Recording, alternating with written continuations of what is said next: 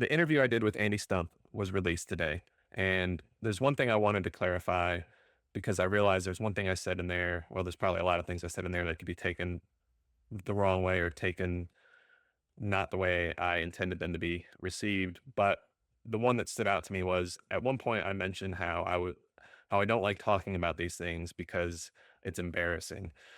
And what I meant by that was talking about them on this scale, on this platform to the whole world potentially is what I meant by that. So I don't want to discourage people from talking about these things if they're having issues. Obviously, the whole point of these videos and the whole point of me leaning into my issues and letting everybody know about it is to encourage them to talk about it and to get help. So hopefully you guys can see the difference there.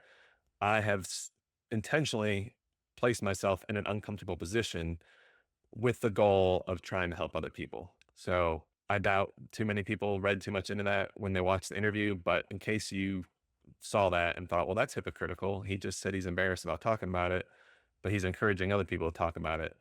That's all I meant.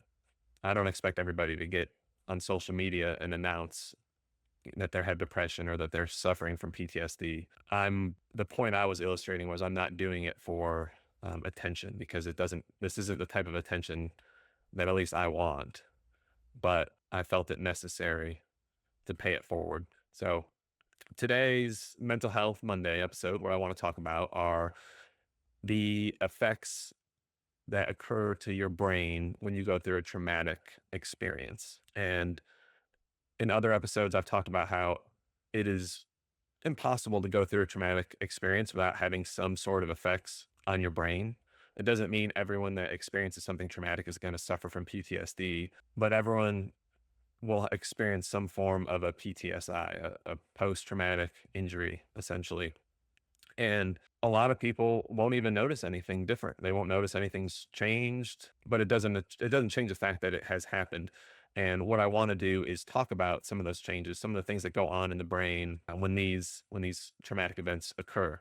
So I want to talk about a lot of like book smart stuff. And while I do understand the topic and I do understand what I'm talking about, I do not have a level of expertise to regurgitate it verbatim. I don't have everything memorized. So I do have my notes and I'm going to be referring to those just to make sure I stay on track and say the right things. So just keep that in mind when you're listening to me. I'm just a regular dude who went through some traumatic stuff and I'm trying to understand it myself and I'm trying to pay it forward by helping other people understand it too.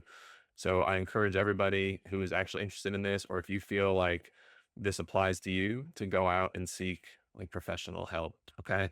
So the first thing is when we experience a traumatic event, our brains, they shift into survival mode, basically. And the brain is going to prioritize immediate responses over high level cognitive functions like reasoning and memory. So this can lead to a very disorganized state where the brain focuses just immediately on that threat that's in front of them. And this can potentially cause, I know it did for me, it will cause a disconnect with emotions and rational thought. And definitely in that moment, but it can continue to linger after the fact. Traumatic memories are often stored in the amygdala, the brain's fear center, which can lead to a heightened fear response and difficulty differentiating between past threats and present situations. So let's dive like specifically into the different parts of the brain that can be or that are affected. So the amygdala activation. The amygdala is responsible for processing emotions and fear, and it becomes highly active, leading to intense emotional responses and flashbacks. So if you ever experience a flashback, or if you're interested in the concept of flashbacks, that is the portion of the brain that is responsible for those. The hippocampus will experience some dysfunction as well. The hippocampus is crucial for memory formation and can be underactivated. So this potentially will lead to fragmented or distorted memories of the events. So if you've ever experienced a traumatic event and then thought back on it and you were unable to fully remember it as a whole, or just pieces of it linger, This would be part of why that's happening. The prefrontal cortex is disrupted as well. So the prefrontal cortex is responsible for the decision making and logical reasoning. And during a traumatic event, it can be less effective, and it will impact the ability to think clearly and respond appropriately. So let's dive a little more like specifically into each one of those. So the amygdala, like I said, it's activated during a traumatic event, and several like key things are going to happen. So the threat detection goes into overdrive, right? Like your brain knows there's a threat, and you may not even consciously realize it yet, but your brain knows, and this is the part of the brain that recognizes the threat immediately before your the conscious portion of your brain does, and it starts kicking in. It's like the brain's alarm system. So during trauma, it becomes hyperactivated, and it quickly signals to the rest of your body and the rest of your brain that you're in danger. This happens before rational thinking parts of the brain, like the prefrontal cortex, can even have a chance to fully process what's going on. So, have you ever been startled or, I don't know, it doesn't necessarily have to be a traumatic event, but just like if you walked into the room and someone jumps out of the corner to intentionally scare you, or maybe they don't intentionally do it, but either way, it just like jolts you. That would be an example of your amygdala like firing up. So you haven't even had a chance to process it or like rationally think about what it is or what you're going to do, but your body quickly sends an impulse, or your brain sends an impulse through your body, like you're in danger. Then the fight, flight, freeze response is triggered after that initial alarm goes off. The amygdala activates the hypothalamus, which I'm probably not pronouncing that correctly. This engages the sympathetic nervous system, and it releases the stress hormones like adrenaline and cortisol. It's going to increase the heart rate, your blood pressure, and your muscle readiness for that fight and flight or freeze. And that's what it's doing. It's preparing your body for those responses. And then the memory encoding becomes trauma focused. So the amygdala strongly influences the hippocampus, which is what stores the memories. Under the trauma, the amygdala brands the memory with intensive emotional significance. This can make the memory fragmented, like we talked about. It can make it sensory heavy and vivid. So that's why like smells or sounds or certain images may trigger flashbacks. Those smells, sounds, and images, they're doing that because the narrative of the context is poorly encoded within the brain of that memory. Then we have the prefrontal cortex is being suppressed. So during prefrontal cortex suppression, the amygdala's alarm it dampens the activity in the actual prefrontal cortex itself. And that's what's responsible for logic, reasoning, and self-control. So this makes it hard to think clearly and assess your options or regulate emotions in those moments, right? And then the aftermath of all that, it can actually it's possible to have hyperactivation. So after trauma, the amygdala may remain sensitized, making it overreact to reminders or triggers. And that's not everybody experiences that level of it, but those who are experiencing that type of stuff, that's what's going on. And this is why survivors like feel jumpy or hypervigilant or emotionally flooded, by what may seem unrelated to other people, like cues that are kind of triggering that. So during a traumatic event, the amygdala takes command of the brain in a nutshell, right? And it floods the body with fear signals, hijacking memory formation and reducing our ability for higher reasoning. All this is done to maximize our survival in that moment. So let's talk more about flashbacks and intrusive memories. So like I said, the amygdala was hyperactivated, right? During this traumatic event. The memory was stored in raw, sensory heavy form without full time or context coding from the hippocampus. So later, when things remind the person of the trauma, like that sound, like that smell, or even an emotion, it doesn't even have to be an image. It can just be an emotion, something that made you feel something in the present that makes you feel like you did in that traumatic moment. The amygdala will fire as if the trauma is happening again, and it will flood the body with fear, reactivating those sensory fragments all over again. And this feels like remembering, or to some people, reliving. And that's what when people talk about a flashback, that's what they're talking about. That's what they're experiencing, and that's why some people experience flashbacks slightly differently, or sometimes dramatically differently. But that is what's like. I wanted to know what is that? What is a flashback? That is what is going on in your brain when you are experiencing one of those. So aside from flashbacks and intrusive memories, we also have like the hypervigilance and the exaggerated startled response to certain things, right? So the amygdala becomes sensitized after trauma, like a smoke alarm that goes off after burnt toast. Even safe situations may feel or trigger the alarm, leading to feeling on edge or unsafe. That's the hypervigilance portion of it. Jumping easily at noises or movements, exaggerated startle, difficulty sleeping, since the brain stays in that alert mode, right? And I think we can all think of real life examples of that, whether it's for yourself or people you know, or even just from things that you've seen in movies and stuff like that. But we all can recognize hypervigilance and people that can't seem to like just turn it off. Like they're always, even if it to everyone else it seems, well, that's not going to happen here.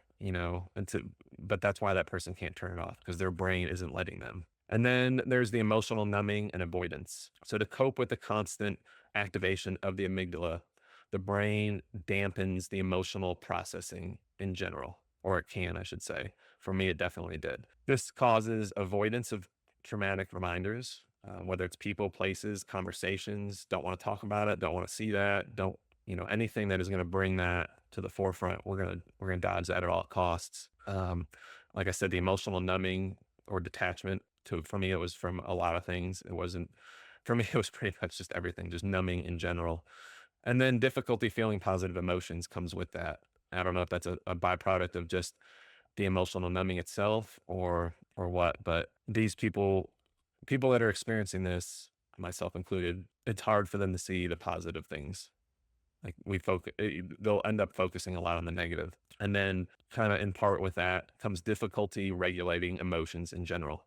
So because the amygdala overpowers the prefrontal cortex, it's harder for the person to calm themselves down once once something has reactivated everything or triggered it. The imbalance makes emotional outbursts, panic, or sudden shutdowns more common. I was fortunate where I shouldn't say I didn't experience that. I did experience that, but not so much in public, not at work. It was more at home with my family.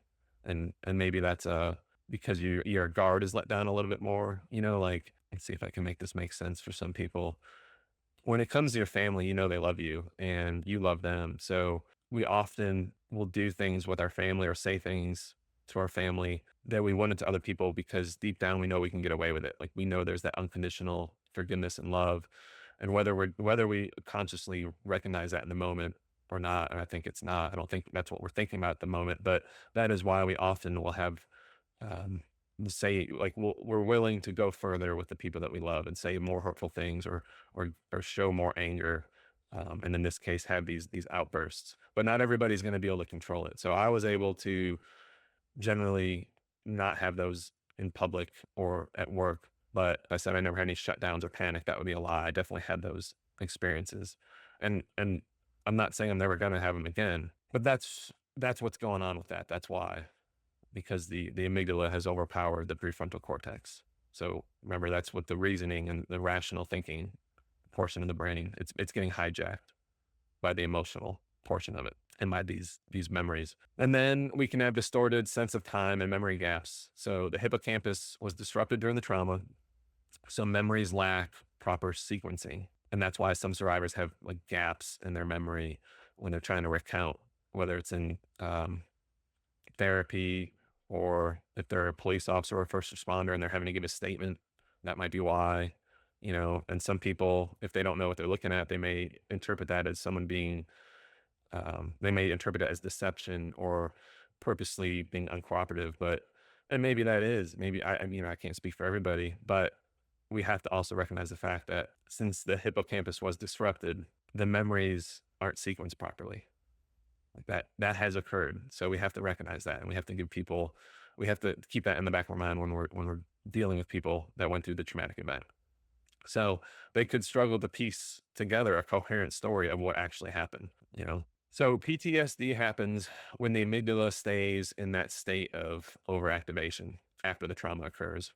So while the hippocampus and the prefrontal cortex remain underactive, basically. This leaves the brain stuck in survival mode with memories that intrude, triggers that feel life threatening, and overall just difficulty calming down. So let's talk a little bit about the hippocampus. It's just as crucial as the amygdala when it comes to trauma. So whereas the amygdala was sounding off the alarm, the hippocampus normally helps us make sense of the experience by giving us memories of time, sequence, and context. And like I said already, that's already been disrupted. But in a traumatic event, the hippocampus basically it goes offline, or it can. That's just an analogy, but it essentially is going offline. So we have stress hormones that are released into the body, and those will impair the hippocampus. The trauma floods our entire body with cortisol and adrenaline. And that's one of those like adrenaline's what you're feeling. And it's probably some of the cortisol too. But in that analogy I gave, when you walk in the room and somebody startles the crap out of you, that is those hormones just like dumping in your body. And I'm pretty sure everyone immediately knows what I'm talking about when I describe that. The high cortisol levels suppress the activity in the hippocampus, sometimes even damaging the neurons if prolonged. This makes the hippocampus less able to encode memories properly. So what I'm interested to know, and I'm pretty sure it does, I'm wondering if that can be a long lasting effect. Obviously, it has an effect during that traumatic event, but I'm wondering, and maybe some people already know the answer that are watching this, if the traumatic event can damage those neurons so dramatically that the person has long lasting, if not permanent, effects and difficulty encoding memories properly. I'm willing to bet that they do. Just thinking back on the mental health calls that I've responded to as a police officer, and talking with people who have mental health issues, I'm pretty sure I've seen that effect on people. You probably have as well. So our memories become fragmented, and instead of being stored as a coherent narrative, as in like this happened to me at this time, at this place, the traumatic memories are often encoded and as like disjointed sensory fragments. And I'm talking about like the sounds, the images, the smells, body sensations, emotions. And this is why trauma survivors may say things like, I remember the gunshot sound, but not what happened before or after. It feels like flashes instead of a full story. That's why they're experiencing that. Some people experience loss of time and something called context anchoring. So the hippocampus usually tags memories as past events. This happened yesterday. This happened last week. When it malfunctions, the brain can't clearly separate the past from present. Think about how difficult that would be. So this is why triggers can cause the trauma to feel like it's happening right now rather than a memory. And even if, notice I said this, it makes it feel like that. So even if your prefrontal cortex is still operating well enough for you to rationally realize this is a memory, this is not happening right now. It doesn't matter how rational you are or how rational you think about it or tell yourself that this isn't happening right now. Your body is still experiencing it as if it's happening right now. And that's why it feels like that. So even though you're able to be self aware enough to know mentally, I'm safe, I'm okay, that's why your heart rate elevates. That's why you may have difficulty breathing. That's why you're flooded with all these emotions and hormones dumping in your body, because your body is reacting the same way it did when you experienced the event to begin with. So then there's the disconnection between emotion and story. The amygdala encodes the emotional intensity of a memory, while the hippocampus encodes the factual details themselves. So if the hippocampus is impaired, you get memories with overwhelming fear, but no coherent storyline. This mismatch contributes also to the flashbacks or or nightmares. It doesn't have to be a flashback during the day. It could be a nightmare at night. I believe that is part of my problem and why I experience so many nightmares. And then there's the long-term consequences in PTSD itself. So research shows people with PTSD often have a smaller hippocampus volume, likely from repeated stress hormone exposure. So think about that for a second. I talked about how first responders will experience a tremendous increase of traumatic events compared to non-first responders in the United States. I think it was like an 8,000 or 9,000% increase. 178 was the lowest number for first responders that I found. That's the lowest number I could find that first responders will experience throughout their career. 178, while the average American experiences between 2 to 4. So huge increase. Not to say that the people that experience 2 to 4 don't go through all the exact same things we're talking about here, but think about what I just said. Research shows people with PTSD often have a smaller hippocampal volume, is how they're wording it, likely from repeated stress hormone exposure. So if we're for first responders who are being exposed to those stress hormones, and we get exposed to these stress hormones not just from traumatic events, but if we are seeing an uptick of 8 to 9,000% more of these hormones in first responders throughout their career than normal people, and we know that repeated stress hormone exposure will have this effect, how can we sit here and not expect there to be consequences to our brains, to the people that are working in these fields that are experiencing all this? In short, during trauma, the hippocampus gets suppressed by stress hormones. So it can't properly organize or encode these memories. And then that leaves the survivors with fragmented, sensory driven memories that the amygdala can later re-trigger, producing flashbacks and hyperarousal. So we've talked about the amygdala, we've talked about the hippocampus, I've mentioned the prefrontal cortex. Let's dive specifically into that. So the amygdala is the alarm, the hippocampus is the memory context of what happened. The prefrontal cortex is dealing with the logic and the regulation. So the prefrontal cortex is normally the brake system in all of this, in this analogy that we've got going on. But it helps us think rationally, helps regulate emotions and override those false alarms. So you walk into the room, kid jumps out to scare you, the amygdala fires up like threat. You get that adrenaline dump, the cortisol dump, but your prefrontal cortex kicks in, false alarm, you kind of regain your composure. But during a traumatic event, the prefrontal cortex's function is disrupted. That was one of the first things I said at the beginning of this video. So if it's it's not just being disrupted, it's being suppressed. So let's talk about what does that look like? What does that mean? So the stress chemicals will shut down the prefrontal cortex. That surge of cortisol and adrenaline during the traumatic event diverts blood flow, but it's diverting blood flow and activity away from that prefrontal cortex. So now you're losing the capacity and decreasing your ability to utilize the prefrontal cortex. So it's decreasing your ability to think rationally and make good decisions, or really just disrupting your decision making process altogether. And I guess that's the next part to talk about. So the impaired decision making itself. So with the cortex, the prefrontal cortex suppressed, people will often describe trauma responses as automatic, instinctive, or out of their control. Well, that's why, because the prefrontal cortex had nothing to do with it. It wasn't activated. It was decreased. It wasn't getting blood. And this is also why some people freeze or disassociate or act impulsively. It's not because of weakness. It's because their prefrontal cortex can't fully engage. And this is why you get different responses from different people. It's not necessarily because this person's a badass and this person's a coward. Their brains just reacted differently, and this is, I believe, over the years of doing law enforcement and the years of doing tactical stuff, and then having people try out for the tactical units. Sometimes you'll get people that put in and you're like, man, this is a really good dude. They're gonna do awesome. And then they just don't do well in the process. And it's like, man, they're physically capable.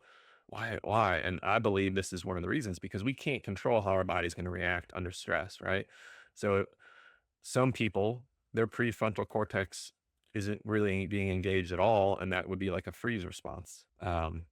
Some people react differently and they're able to react instinctively. That would be the fight response, or maybe the flight. I guess it's both. But my point is, if the prefrontal cortex is suppressed, we can't expect people to make rational decisions. And I'm not giving anybody a pass. This isn't an excuse. I mentioned this with Andy as well. There's a difference between an excuse and trying to understand what is going on. So an excuse would imply you're giving someone a pass, you're justifying what they've done.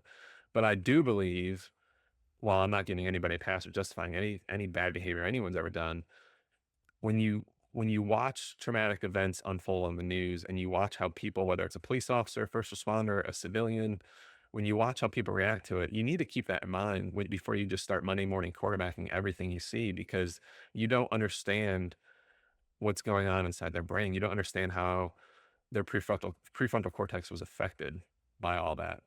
So it can turn, awesome people and shut them and just shut them down.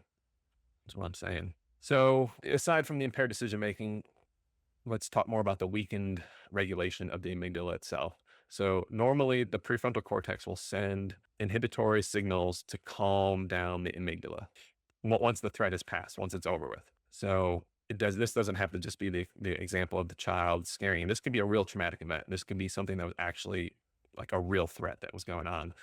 But once the threat is passed, during that trauma, that pathway for the inhibitory signals being sent from the prefrontal cortex to the amygdala, it was disrupted. So the amygdala runs wild. It's keeping the body stuck in survival mode because it's never received the signal like, hey, it's over, it's good, let's bring it down, we're good, relax.